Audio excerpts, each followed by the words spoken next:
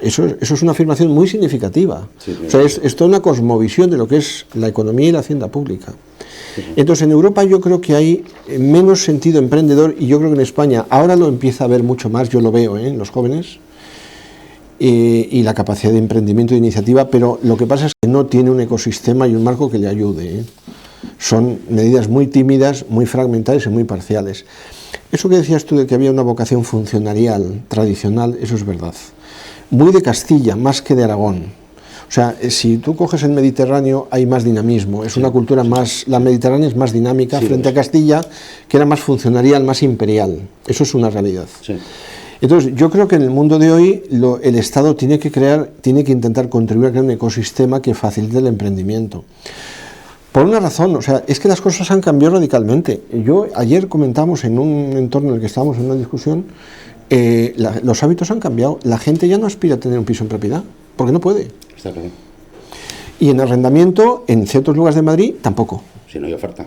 Claro. Entonces, todo esto ha cambiado. Los hábitos, pues a lo mejor sí está dispuesto a ahorrar y comprarse un coche o viajar, pero no está dispuesto a hipotecarse de por vida para incluso que la hipoteca le suceda a sus herederos, porque ya no la va a pagar él. Estamos hablando de compartir una deuda hipotecaria entre generaciones.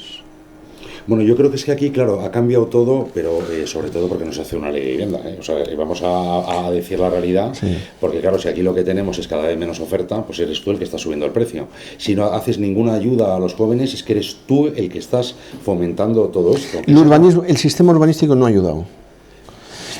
Yo he estado muchos años en una compañía inmobiliaria que se llamaba Levitt, una empresa ejemplar, claro. Y yo vi ahí cómo los extranjeros, los americanos, eso no lo comprendían, porque hubo un fondo de inversión que se acercó a Levitt para comprarlo. Es para que haya suelo apto para edificar, tú no tienes certeza de lo que un ayuntamiento puede tardar en aprobar la modificación de un plan general de ordenación urbana y un plan parcial en suelo no urbanizable o en suelo urbanizable. Te puedes tirar 2 o 3 años. Entonces, ¿qué promotor aguanta la incertidumbre del alias administrativo para poder construir? Entonces, ha habido mucha corrupción en España en el mundo urbanístico, porque la cesión del 15% del aprovechamiento urbanístico era un peaje que había que pagar. Y muchas veces eso ha supuesto que no se haya cumplido con una obligación de crear un parque de viviendas de protección pública en España, cosa que se hizo anteriormente, Lo que pasa es que no puedes hablar de la historia anterior, pero esa es la realidad.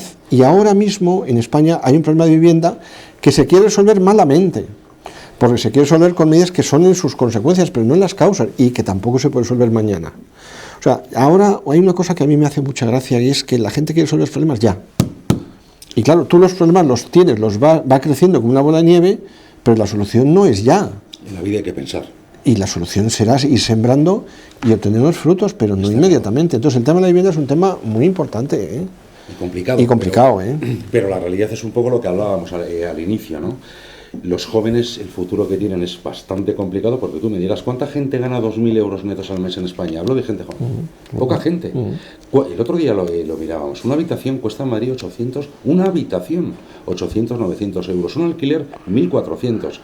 Con todo lo que ha subido la vida, es que, o sea, yo creo que al final no somos realmente conscientes que sí, que todo además se fundamenta en la deuda. Cada vez menos empresarios, cada vez más deuda, que sí, que muchos más funcionarios, pero no tantos, ¿no? 3 millones de funcionarios los podemos mantener, que son la élite de la sociedad. Pero claro, ¿quién va a pagar todo esto? O sea, ese es el problema, el problema que tenemos de natalidad. Ya por poder, no pueden ni tener hijos en ese punto, ¿no? Entonces, sí, yo creo que faltan muchas políticas por hacer, ¿no? Lo que pasa es que yo creo que el diagnóstico, o sea, mal que bien, el diagnóstico de lo que nos pasa en general, yo creo que está hecho. O sea, lo que falta es una voluntad de poder ir tomando medidas. Mire, decía Antonio Cánovas del Castillo, el artífice de la Restauración, que fue el periodo de estabilidad después de un siglo XIX muy convulso, de 1876 hasta la proclamación de la Segunda República, unos 40-50 años. Es decir, la Restauración era un sistema de alternancia. Pero decía Antonio Cánovas, España no tiene futuro si el gobierno que le sucede al anterior deconstruye y no tiene continuidad. Son de corto plazo. Entonces, en la democracia tiene como servidumbre los ciclos políticos y electorales, pero si no hay una capacidad de Estado de darle continuidad, no se puede construir con solvencia. Es un fallo. Entonces tú no puedes reformar, o sea, hemos vivido como una reforma de la educación donde el gobierno subsiguiente dictaba otra ley. Y cada vez peor. Entonces no tiene, o sea, así no podemos seguir, no podemos seguir. ¿Cuál es la solución? Pues hombre, no es fácil, yo no tengo la solución, pero sí apunto que hay un mal del cual se quiere hablar muy relativamente, y es, hombre, un perfil de clase política que no tiene calidad en general. Es injusto generalizar. Sí. Pero la baja calidad de los liderazgos es algún signo de nuestro tiempo en general, en general. Claro, estamos hablando de personas que están en un partido, que se meten en un partido con el ánimo de prosperar, de hacer carrera, su vida está hecha en el partido, no tiene profesión, no tiene lugar de salida. Claro, es capaz de hacer lo que sea por mantenerse. Pero eso además condiciona una visión de las cosas. Y mi visión es las próximas elecciones, ganarlas y seguir. No, está igual. Entonces, no sé, el otro día me hablaba, hemos dispuesto del 70% del fondo de pensiones, del fondo de reserva. Sí. Y las cotizaciones en este momento de crecimiento no dan para sufragar los costes de sostenimiento de la seguridad social.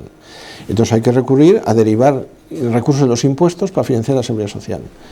Pero ¿alguien se ha planteado alguna vez? Bueno, y a todo esto fiscalmente se penalizan los planes de ahorro y de inversión complementarios. Es impresionante. Y la mutualidad de la abogacía. Bueno, pero es que por tiene nombre y apellido, Rodríguez Zapatero.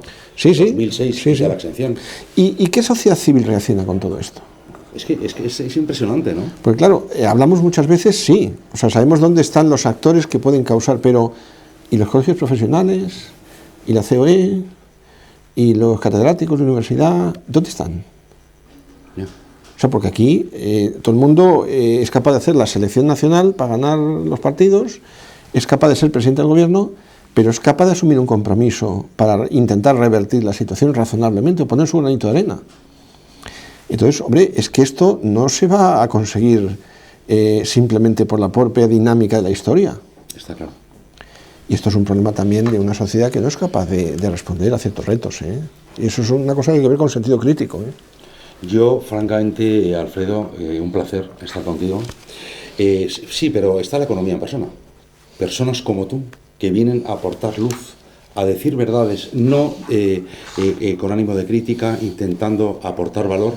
Tenemos muchos proyectos porque queremos hacer un frente común, pero un frente común positivo, sin crear, o sea, intentando sobre todo, por ejemplo, el otro día hablábamos con un empresario de éxito, ¿no?, que empezó de la nada, nos contó su situación particular, ¿no? Vamos a irnos a las facultades a contarlo. Vamos a crear una fundación con un cuerpo directivo que esté fundamentado en todo lo que nos has contado tú, porque yo creo que al final, cuando todos trabajamos en común por un bien, algo podemos hacer, ¿no? Dirás que soy ilusionario, ¿no? Lo que no voy a hacer es quedarme quieto mirando claro, el desastre que tenemos fiscal y político en nuestro país, donde nos estamos jugando el futuro de nuestros hijos y nuestros nietos.